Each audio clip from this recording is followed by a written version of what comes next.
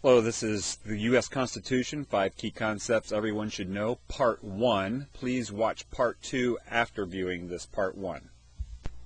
Hello, my name is Craig Seibert, and this short web seminar is titled The U.S. Constitution, 5 Key Concepts Everyone Should Know. And if you're an international listener, please stay with us as we take a look at this key founding document for the United States of America and look at its concepts.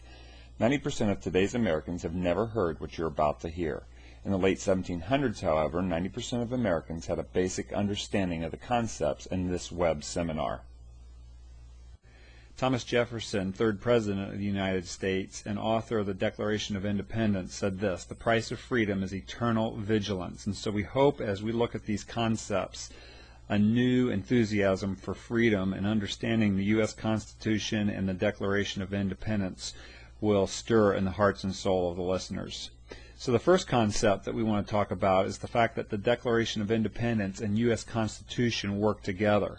And there's actually a short web seminar on this topic, but to summarize, the Declaration of Independence serves as the charter or the purpose document for the United States, why the United States was founded and on the core principles on which it was founded.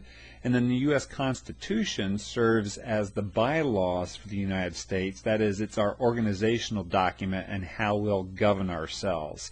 And so this is a key concept, that the Declaration and the Constitution work together, and that the Constitution acts on the principles and beliefs that are written in the Charter for the United States, that is, the Declaration of Independence.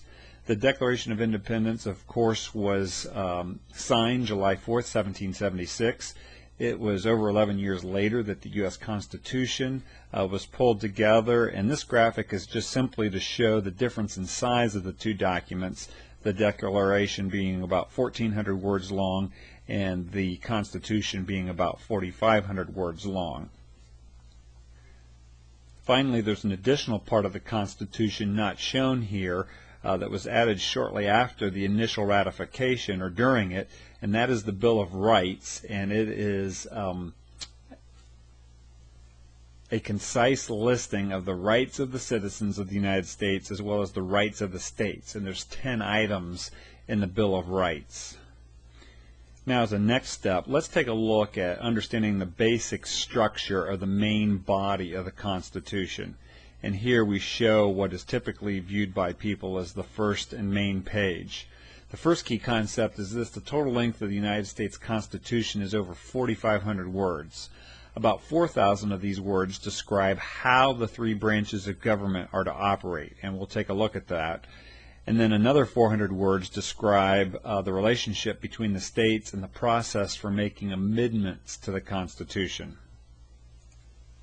Here in this diagram, we show how these three branches of government are broken up, both by way of sequence, but also how much text of the Constitution is dedicated to each of the three branches.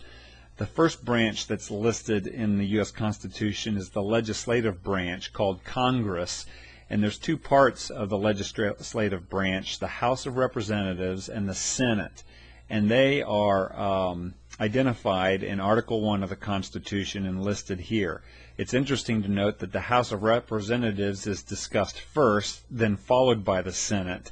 And as we'll discuss later, there's significance in this sequence in that the founders believed that the House of Representatives would be the slightly more powerful of the three branches because it was closest to the people. There would be a balance of powers, but the House of Representatives has some unique characteristics and responsibilities.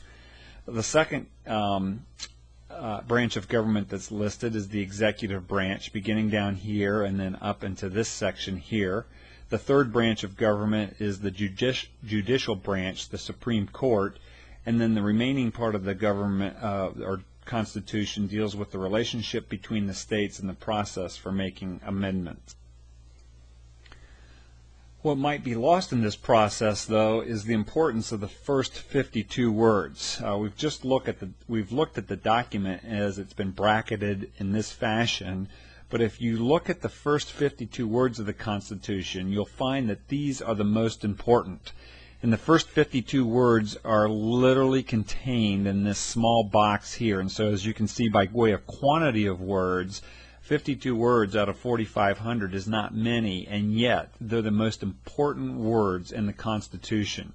They state the 6 core purposes for which the Constitution was written. These 6 core purposes serve to define and limit the remaining 4,450 words of the Constitution. And so these words are so important that they literally dictate what the rest of the Constitution should be guided by way of interpretation. And as I had said previously, this Constitution also is interpreted or built upon the Declaration of Independence. And so the flow would be from the Declaration to these 52 words, and those two things then in turn would interpret the rest of this document. Well, what do those first 52 words say? We the people of the United States, in order to form a more perfect union, to establish justice, to ensure domestic tranquility, to provide for common defense, to promote the general welfare, and to secure the blessings of liberty to ourselves and our posterity, do ordain and establish this Constitution. Now, for the sake of simplicity and clarity, let me reduce these even further so you can see the six aspects. We the people of the United States, in order to connect the states together, to establish justice, to ensure peace, to provide for defense, to promote the general welfare, and to secure liberty now and in the future. These are the 6 aspects of what the rest of the Constitution is designed to support and to guide. Let me also note here that to promote the general welfare as it would have been understood in 1787 did not mean the modern government welfare programs of today. What that meant was to create a fair economic playing field that all parties that were citizens of the United States could have access to use their gifts, skills, abilities, and talents to pursue the dreams and goals that they had in life, but not the government handouts that we associate with welfare today. As I've said already, everything else in the Constitution is supposed to serve only these 6 purposes. As citizens of the United States, we need to memorize these first 52 words. What a difference it would make.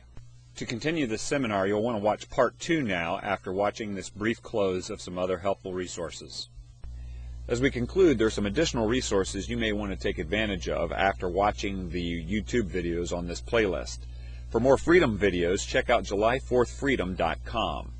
For tools on growing in your faith, check out the 21dayfaithexperiment.org.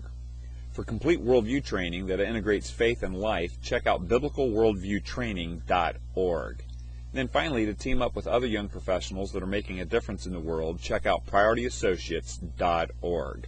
My name is Craig Seibert. Thank you for listening.